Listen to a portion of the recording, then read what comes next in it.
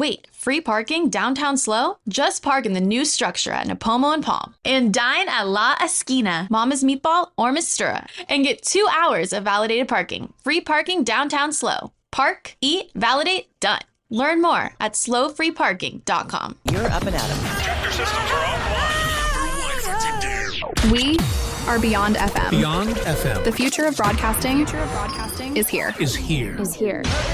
Up and at 'em with Adam Montiel. It's community content from Concentrate.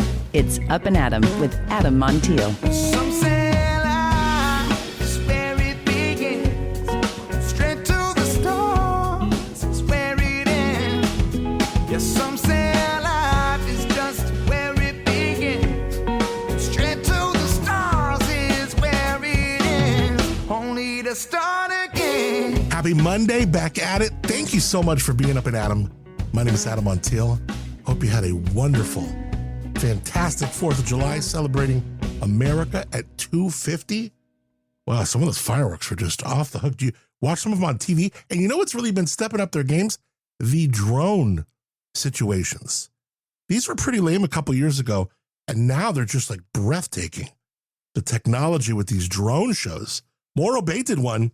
People seem to really like it. All right, hope you had a great 4th. Coming up today, we are pulling the curtain back with Molly Clark, director of Cal Poly Arts. And this one, it's one of those conversations that reminds you how lucky we are to live in a place where world-class artists can land right here in SLO-Cal. From, Kishi Bashi, Under the Lights at Sensorio, to a new season stacked with Broadway, with dance, with global music, National Geographic Live, and those beautiful I didn't know I needed that kind of nights that the pack does so well. Molly's helping shape what culture really feels like in San Luis Obispo and for the whole county. What I love about Molly is she doesn't just book shows. She is building moments over there. She's going to talk about trusting her gut, trusting the audience, and taking the kind of creative risks that can turn a half-full room into a life-full experience. We'll get into what that means. We'll get into how a season comes together, why live performance still really matters in a streaming world, and how Cal Poly Arts is bringing the world right here to our community. One stage, one song, one story at a time. Molly Clark from Cal Poly Arts joining us today. And how lucky are we? Because the season opens up today. You got to get that brochure and check out the 2026-2027 Cal Poly Arts season is hot. And it comes out today. So we'll talk to Molly Clark, excited about it. Okay, one little nugget, one little story here. Do you need a break from the hustle? Apparently the hottest new social activity is lying down. There is a club for just chilling. Who hasn't wanted to just take a total nap with a bunch of strangers, right? It's called Club Rest Stop. And it was started by a wellness coach in New York City.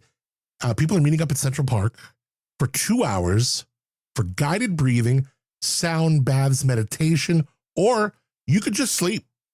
About 40 people showed up for the first meetup. Now more than 700 have already signed up for future events. One member says it's important because younger generations have forgotten they've forgotten how to rest. If you haven't heard, I am starting a free third space for people who just want to lie down and have a break. This is good for the people who are retiring from hustle culture. If your nervous system is shot and you feel overwhelmed, come to Club Rest Stop. Here's some reasons why you should join. You're tired of every social activity revolving around productivity. You miss third spaces that don't require spending money. You want to slow down without feeling guilty about it. And you want a free activity that leaves you feeling better than when you started. Hustle culture, that's what they call it. I just thought it was work, but apparently it's hustle culture. Look, I get it. You know, Americans, don't they say like we take vacations the least rather? I can't even talk. It's Monday. But, you know, we're not, when so many other countries will vacation, go on holiday far more, far longer. We're kind of that one that, you know, that doesn't really. So hustle culture, there might be something to it. There you go. All right, before we get into our chat with the one and only Molly Clark, I'm excited to talk all about Pink Drink. It is back. Pink Drink is back. Bring your thirst, leave your excuses, because Pink Drink is this Saturday, baby, July 11th at the SLO Elks Lodge. Over 30 producers of wine, beer, spirit cider, craft cocktails, makers, porn poolside. We got a great DJ. It's going to be so much fun. Plus curated bites, a silent auction, a wine pull, a whole lot of pink. I feel people are they're dressing in their pink even more. It's the party of the summer, and it is with purpose, benefiting the Woods Humane Society and the Elks National Foundation. Get your tickets now. Go to Pink Drank, DRANK, pinkdrank.org. When you're checking out, you can actually use the promo code PINK and save $10 on tickets. Look, where are you going to get into an event, a wine event here for $65? Come on, get to pinkdrank.org. You can also go to adammontiel.com. We have a way for you to win your way in as well. It's Up and Adam with Adam Montiel. All right, joining us now, Molly Clark, director of Cal Poly Arts, and one of the people helping make this area feel a little bigger, a little braver, and a whole lot more connected through live performance. From Broadway titles like Beetlejuice, Six, and more, to global music, dance, Nat Geo Live, family shows, and those nights at the Pack where you walk in expecting a show and you walk out feeling like something totally shifted. I love that venue. I love those shows there. Molly really has a way of curating a season that both feels like world class and right here at home. So she's here to kind of pull the curtain back, no pun intended, on the new Cal Poly Arts season debuting today. What it takes to trust an audience. What does that even mean? And why live art still matters so much in a world that keeps trying to stream everything.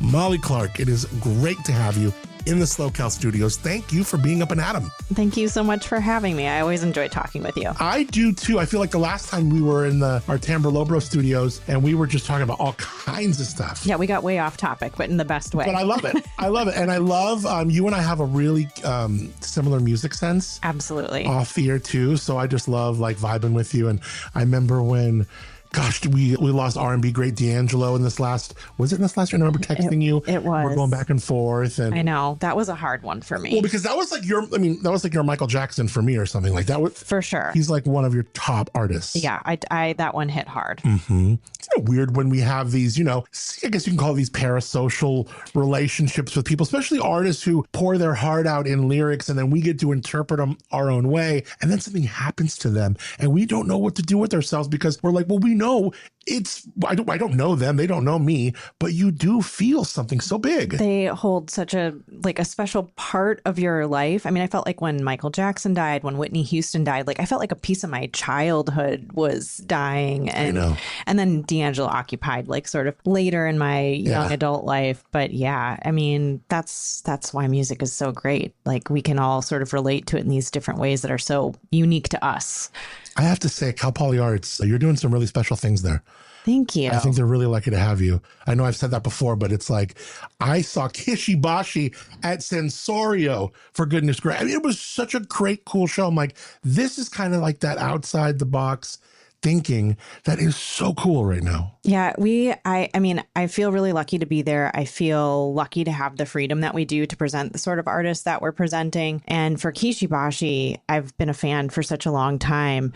And he would have been great in the theater as well. He's great everywhere. But I just thought, what can we do that would make this extra special? And I'm so glad that Sensorio was up for the challenge. And you were there. It was magical. Yeah, it really was. And Ryan Hoppel and his team, the Hunters, the owners over there, everyone's fantastic. And they really see their property as something to share and a slice of the arts here that is not just encompassed or inhabited by them being here, but how other arts can use them. Absolutely. And to see, a month or so ago before that, Corey Jordan put the Paso Robles Jazz Festival, had an evening there. Sweet.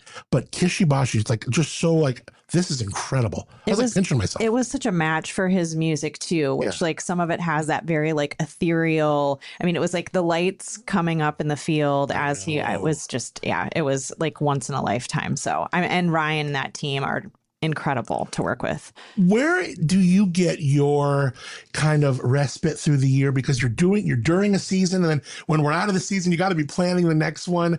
I just imagine there is all kinds of brainstorming, whiteboard sessions, Excel spreadsheets with you. And I don't know when you shut it off. We don't really shut it off. I mean, I think sometimes people think once the season ends, it starts to slow down. It's just a different pace in the summer because we're now launching the next season. Yeah. But we plan for the season almost at least a year out. There are some artists in this brochure that I've been working on for 3 years to get here.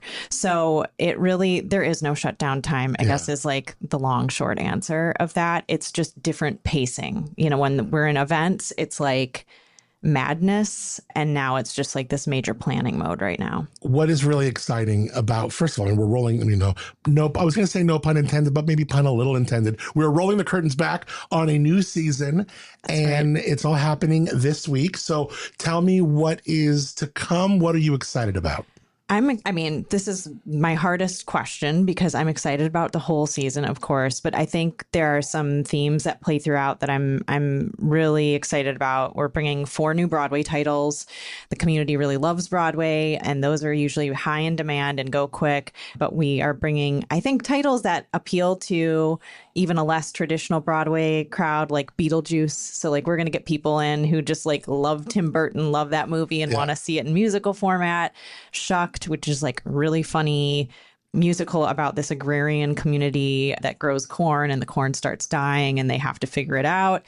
And then 6, which is like this, it feels like you're going to a pop concert, but it's about Henry VIII's 6 wives, and it's them taking over their story, like each as a pop diva. Oh, no way. It's really, really cool. And then A Beautiful Noise, which is the Neil Diamond story. So like folks who are nostalgic for Neil Diamond's music, which like that crosses generations. For sure. So I think that's just ask every person who runs karaoke. Yeah, exactly. So the Broadway is like, I feel like we have 4 hits on our hand, which is really cool. But I mean, in all of the genres, there's things to be excited about, like have a really exciting dance series this year where we're even sort of, I guess, like bending our definition of dance. We're bringing an Australian circus company, contemporary circus called Circa. And I would say like their work sort of blends dance, circus, and theater, like very Cirque du Soleil feeling. People love that. Yeah. I love that stuff. Yeah. And they're doing a piece called Wolf, which is like this sort of raw, visceral, dark, sexy piece. Like it's not clown circus. Like this is like sexy circus. Yeah, I love this. Yeah. So that'll be, I hope that people show up for that. It'll be our first time having them. When you look at the pie chart of like, okay, like, I think of like when I worked at a radio station, your songs, you have like, your recurrents, your golds, your new songs. And you got the pie chart that has all these different kind of categories. And the idea is the whole pie is a little taste of everything. Yep. When you're filling out and rounding out a whole season of art, is it like, okay, it's dance things, it's animal theme stuff, it's music. How do you kind of look at all the different little pieces that you need to kind of get sprinkled in? I would say the analogy of the pie chart is actually very accurate. Yeah. I mean, it's like I look at the season, I want to have a little bit of dance representation. I want to have sort of American roots music in different forms. I want jazz. And then within jazz, I want to have some subsets of jazz. Like there should be some straight up jazz. There should be a little bit of Latin jazz. You know, for the dance companies, similarly, it's like we don't want 3 dance companies that are doing ballet. We want dance companies that are showing different lenses of that art form as well.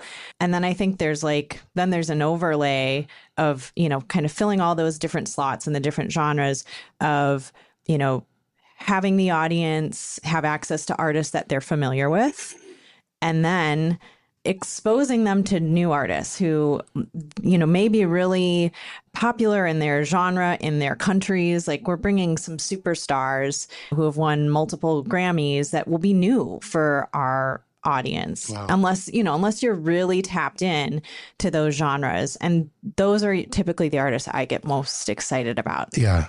When I have folks in from like the opera or ballet or these arts that are, like I guess that like Timothy Chalamet shit on a couple months ago. Yeah. Like if you have these, like they're so important, and they're like these gateways because you can go to the shows here, find big market talent, and like really your eyes can be open. Do you look at like what you're doing with curating, a rounded out season like this, and it's like, wow, my hope would be for someone to see something, and then maybe their eyes get opened up into a whole new corner of art or artistic expression or a dance or this or that they might have never even appreciated. Oh, absolutely. And I think like that's part of our mission, certainly at Cal Poly Arts. But I think, and that's of any university presenter, but even more so here, just because we are our isolated little beautiful bubble. Yeah. But, we're not necessarily getting the access to the arts and culture that you would get in San Francisco or Los Angeles, but we can do it here. And so I think it's important, especially in a community that's, majority white folks, that we're presenting artists from all over the world on our stages. We're bringing the world to our community. And I think it's important in two different ways. Like for folks in our community who are marginalized or minority, they're able to see themselves on stage, which is really, really important.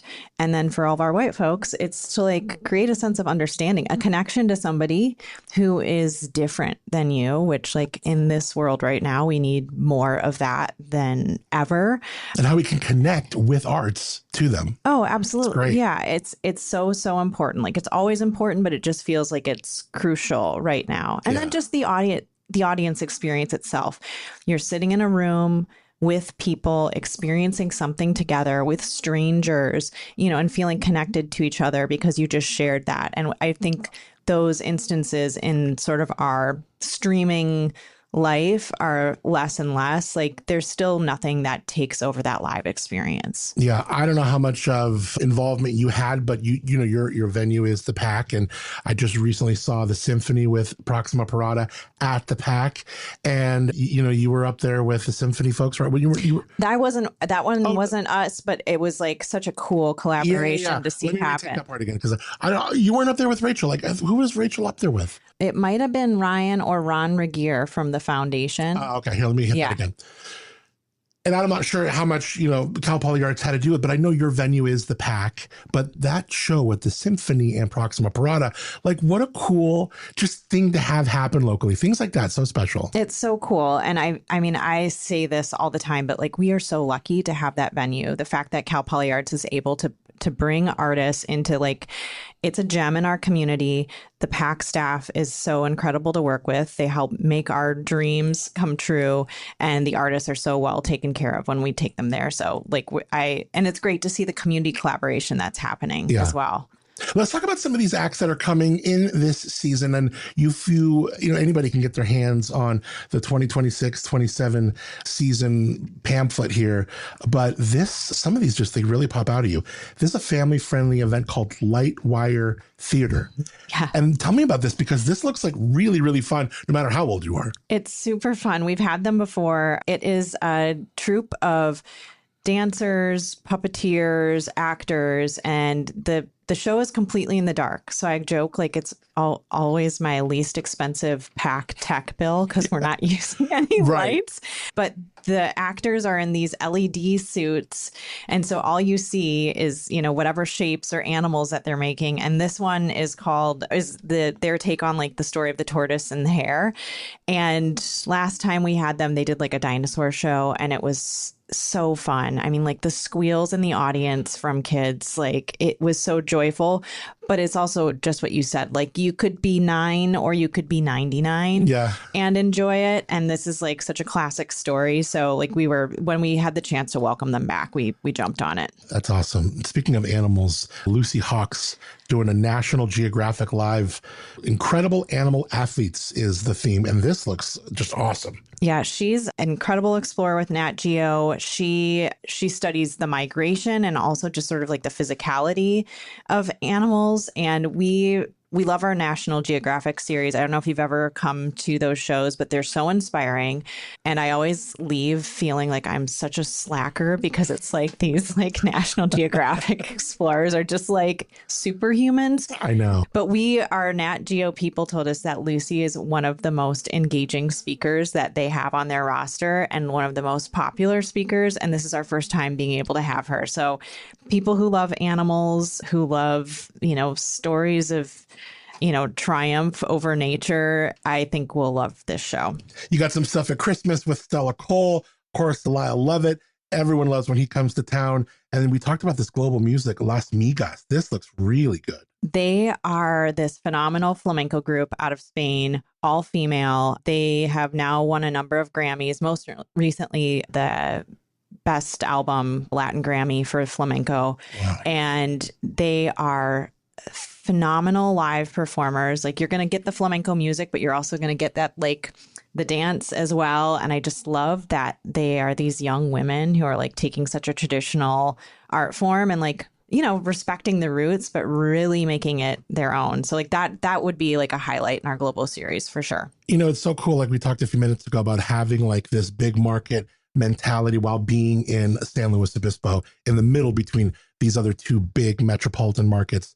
When it comes to like, like what your budget allows and what, the kind of the talent that you're normally kind of, trying to get your hands on. But every once in a while, I imagine there's like, oh, we're gonna bet on this one, or we're gonna throw down, we're gonna think outside the box on this one.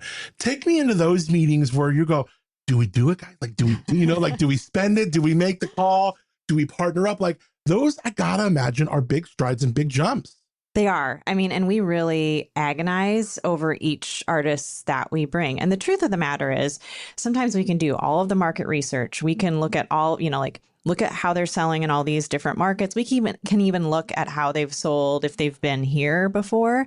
And you don't really know how it's going to perform until it happens. So I would say like each year we have artists who like perform better or worse than we had projected. And there's surprises both ways. But I mean, it's like sometimes you do just have to take the risk. Like there's certainly artists like on every season that we do where I'm like, it might not sell as many tickets as we'd like it to, but like this artist is so important to bring here. Yes. And even if like we're only at a half house, like everybody who's in that room is going to have like a moment that they're not going to forget. Yeah. And then hopefully when we bring them back, like, word grows about the artist and it's a different experience. But yeah, I mean, we do like, it's like looking into a crystal ball each year. Like, how is this going to work? Yeah. And then you just see how it goes. I imagine there's a lot of trusting your gut. Trusting my gut. Also just like, I think trusting our audience a bit more. Like now I've been here for 5 years, which is wild.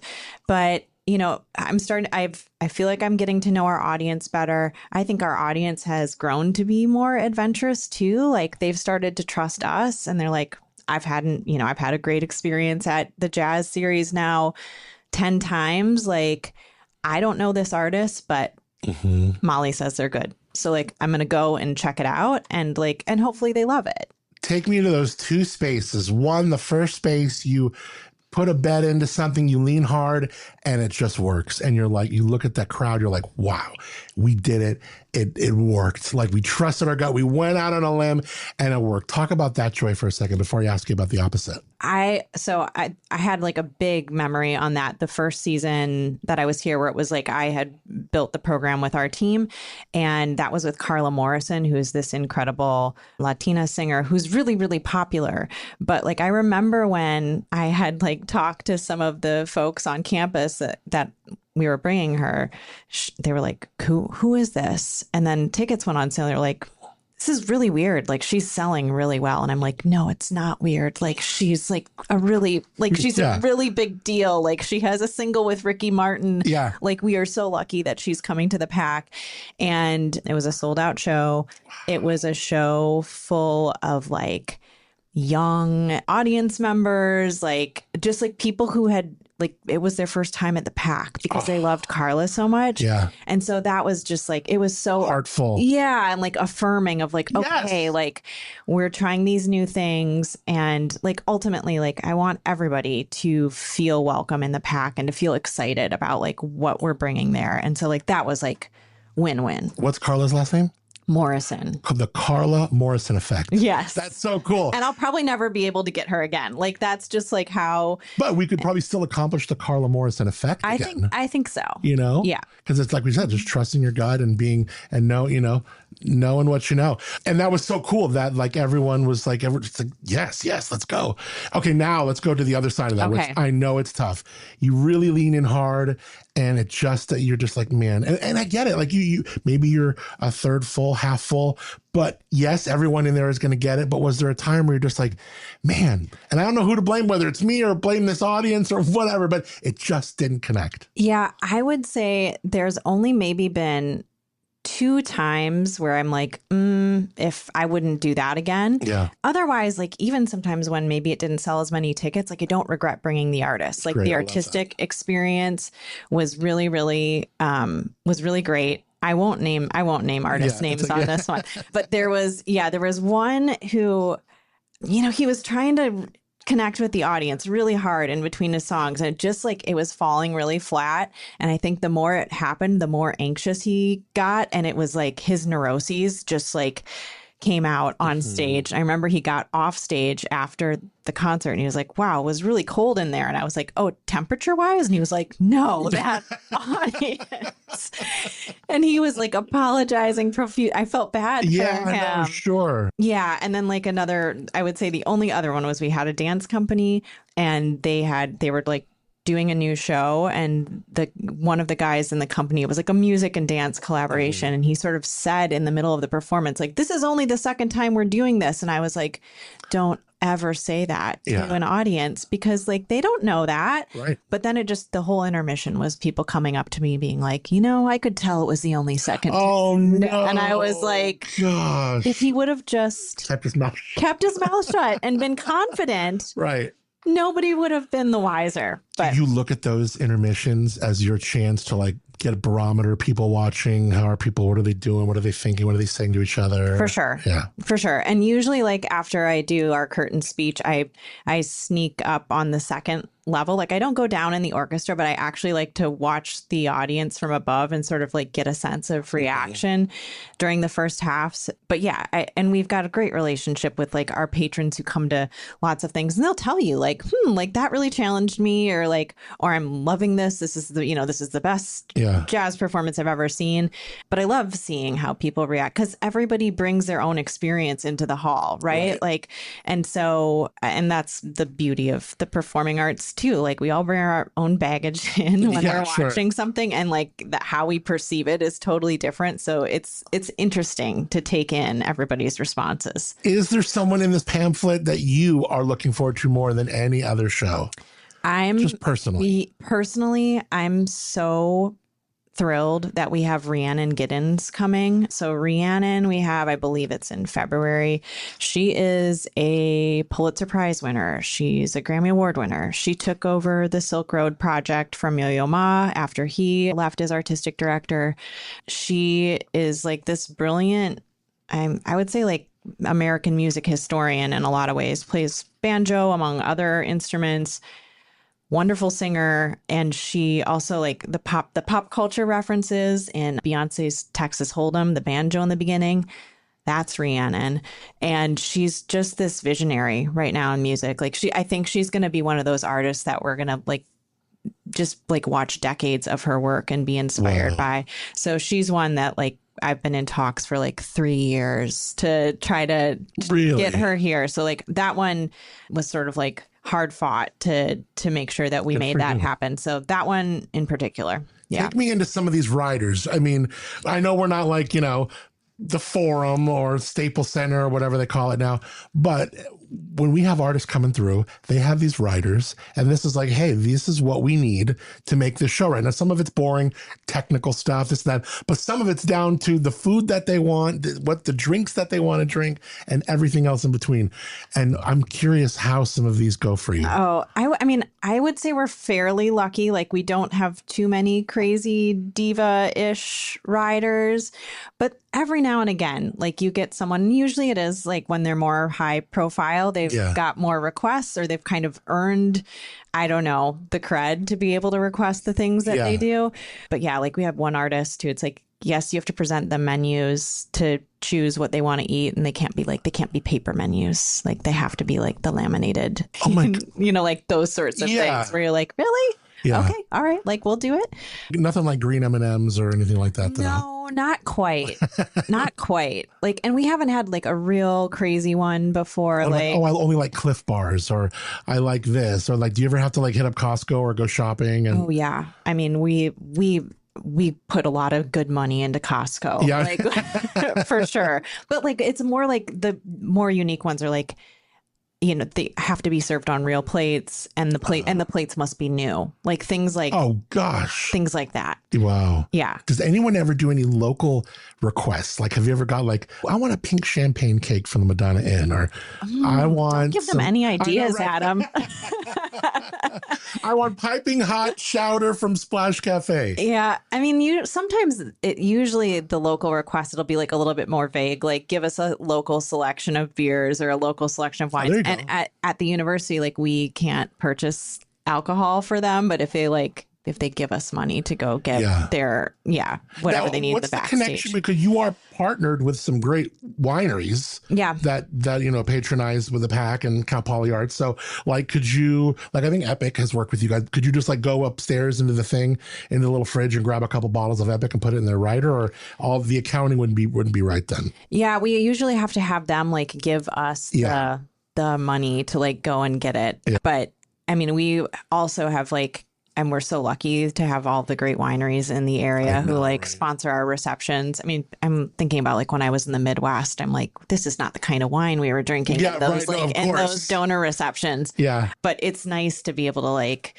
and sometimes like when audience members like get backstage because they have some sort of connection to the artist, like to see some of the bottles that like our locals bring in, like it's just like our artists are very lucky when they stop here. Because that's so true. Because it's legal here. Anybody ever ask for weed on their rider? No. Also, don't give them ideas, Adam. I'm actually shocked. I know, me too. I know, right? Yeah. I mean, maybe my roster is just like not as stoner. Yeah.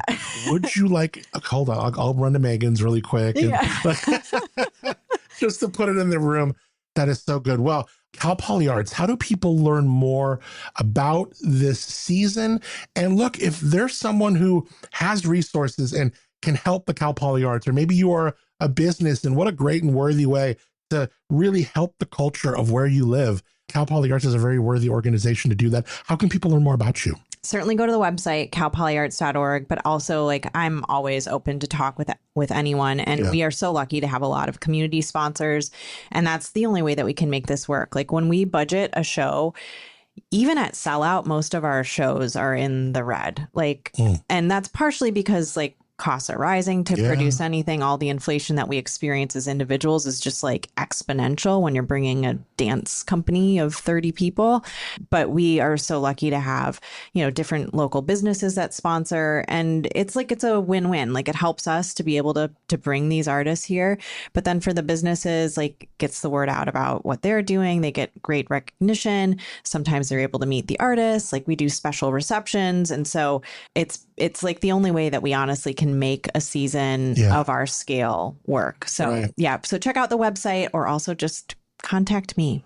Molly Clark, the one and only. I love it. I always love chatting with you. And I think few women that I get a chance to interview, few women have the class and style that you do. Thank you. Even down to the spectacles. Do you have like with certain nights you're like, these are the glasses for tonight? This is the outfit. I do have multiple pairs of glasses, but I just feel like if you're working in the arts, you got to lean into it. Yeah. Like I can't. No, you're a stylish gal for sure. Thank you. What did you kind of look at as you were maybe a teenager or whatever, as far as like style? Did you just kind of like find your own way and like, this is what I like and this is what I'm going to do? I don't know what the turning point was for me because I grew up in the Midwest, and honestly, like we were wearing a bunch of like hoodies, and I was not stylish. Do not look at pictures of me in the 90s. Oh my God, I would love to see these. Were you kind of grungy, like alternative, like the music and stuff? Oh yeah, a little. I was like a weird hybrid. Like I was a student, I was an athlete, but I was also like, the number one cello player at my school. I love that. So like I had, wow. Yeah. And you loved R&B. And I loved R&B. Yeah. But I think my turning point actually is in college. I lived in Spain for a year, and then I like Europeans take style, like in a like it's at a different level. And so that sort of opened my eyes to like, oh, you can express yourself in these interesting ways. Like just looking at like go to Paris and like people on the subway like look like they're on a runway. Sure. So that was inspiring to me. Good for you. Yeah. Well, what's even beyond that is your brains, your smarts, your community involvement. You are really something. I always love running into a place. In fact, sometimes I'll be at an event and, you're kind of doing your hobnobbing thing and I'll see you. Oh, I get to go talk to mom. Like, it's like almost like a little bit of a refuge and can just like be real with you and just hang with you. I feel the same about you. Yeah. So. The new season, it is out, baby. Check it out. calpolyarts.org. We're going to have all the links in the show notes. And where do people get this handy pamphlet? Because this thing should be on everybody's kitchen table. You can pick these up at the pack. They've got a stock there, but you can also contact us. And if you want us to mail you a brochure, we can do that as well. Once you buy a ticket, you'll get one of these going forward. Yeah. Well, this is great because I think you need to get your hands on this because one, it's just perfectly sized. It's colorful. You got info, just the right amount of info on like every show coming through. So get ahead and I'll put the number in the show notes too to Cal Poly Arts. Awesome. You could say, hey, I heard Molly on Up and Adam. I want you to send me one of these babies. What do you call them? What are they, pamphlets? What do you call them? Season brochure. Season brochure, baby. Let's go. Molly Clark, the one and only. Always great to see you. Good to see you too. Thanks so much, Adam. And I would wish you luck on this season, but it's not fair to people who need it. You got this. You're going to kill it. Thank you. Thank you. Some say life is where it begins. Straight to the stars is where it ends. Only to start again. All right, she is, Molly Clark. To see the full Cal Poly Arts season, grab tickets, learn more about what's coming up at the Performing Arts Center. Go to calpolyarts.org and follow Cal Poly on Instagram. I got links to all that, everything you need in the show notes. All right. Told you about Pink Drank earlier. Get to adammontiel.com. You can win your way in. Right off the homepage, hit Win from Up and Adam. It'll take you to the contest page, and there it is. Boom. I see it right here. Just check it out. Go to pinkdrank.org to buy your tickets. And again, you want to win your way in? adammontiel.com, right off the homepage. I want to show some love to our good friends at the Mountain Air. These guys have been doing their thing since 1975. Right there on Marsh Street, helping generations of locals get outside. And at all levels. Hiking, camping, climbing, they do it all. And they do it with such a real, genuine embodiment. I love Josh and Lindsay Herring. Great people. It's not overwhelming. It's not transactional. They treat you, they see you right when you walk in. Why would you go to a big 3-letter national store when you could shop local, keep it real, and support your neighbors, right? Check out themountaineer.com for more. A couple doors down, they got the Switchback, theswitchback.com. Check them out. Let them know when you do that you heard them on Up and Adam, the Mountain Air, San Luis Obispo. Also want to thank my friends at Moonshiner Collective. Did a great job Friday. Concerts in the Plaza celebrating 30 years during the, kind of kicking off the holiday weekend. Awesome. Dan, the guys just killed it. And congrats to Downtown SLO for 30 years of doing concerts in the Plaza. It was just a beautiful weekend too. Wasn't too warm. They said that, weather around the 4th was going to get like really warm. And at least down, South County, San Luis Obispo, inland areas, it's, or by the beach or with that coastal influence, it just didn't. It stayed pretty mild. So, made days for like Friday. I was up at Hotel SLO on the roof, having a drink. Just gorgeous. God, we're so lucky. So lucky to live where we do. I want to thank our friends Benny's Pizza for also being Up and Adam. Check them out. They're Upper Monterey Street. Happy hour, my goodness. 4:30 to 6:30 every day. Get on in there or forget happy hour. How about get on in there for lunch? Get a piece, a salad, a Coke. Get back to work on time and don't break the bank. You can order up 439-3838. Links in the show notes to our friends at Benny's Pizza, Upper Monterey, 1601 Monterey Street. Benny's Pizza, it's not just where you eat, it is where you land. Again, thanking our friends Moonshiner Collective for original music on this show called Start Again. Stream them wherever you get your music. Also online, moonshinercollective.com. Learn all you need to about them. This show recorded at our SLO studios in the heart of San Luis Obispo County, California. SLO, where the wine is world class, the people are real, and life is too beautiful to rush. Returns well taken. Visit SLOCal.com. That's SLOCAL, SLOCal.com. Until tomorrow, we got a busy week. We'll talk Pink Drank more, and we'll have some folks in from the Elks Lodge tomorrow talking all about Pink Drank. I cannot wait. It's this Saturday. I would love to see you there. Again, win your way in, AdamOnTiel.com. You can just buy your tickets, learn more about the event. Pink Drank, D-R-A-N-K, pinkdrank.org. Till tomorrow, thank you for connecting here so much. I'm Adam Montiel. Appreciate you more than you know for being up and at 'em. Some say life's where it begins. Straight to the stars is where it ends. Only to start again. Let's start again. We'll start again. Let's start again.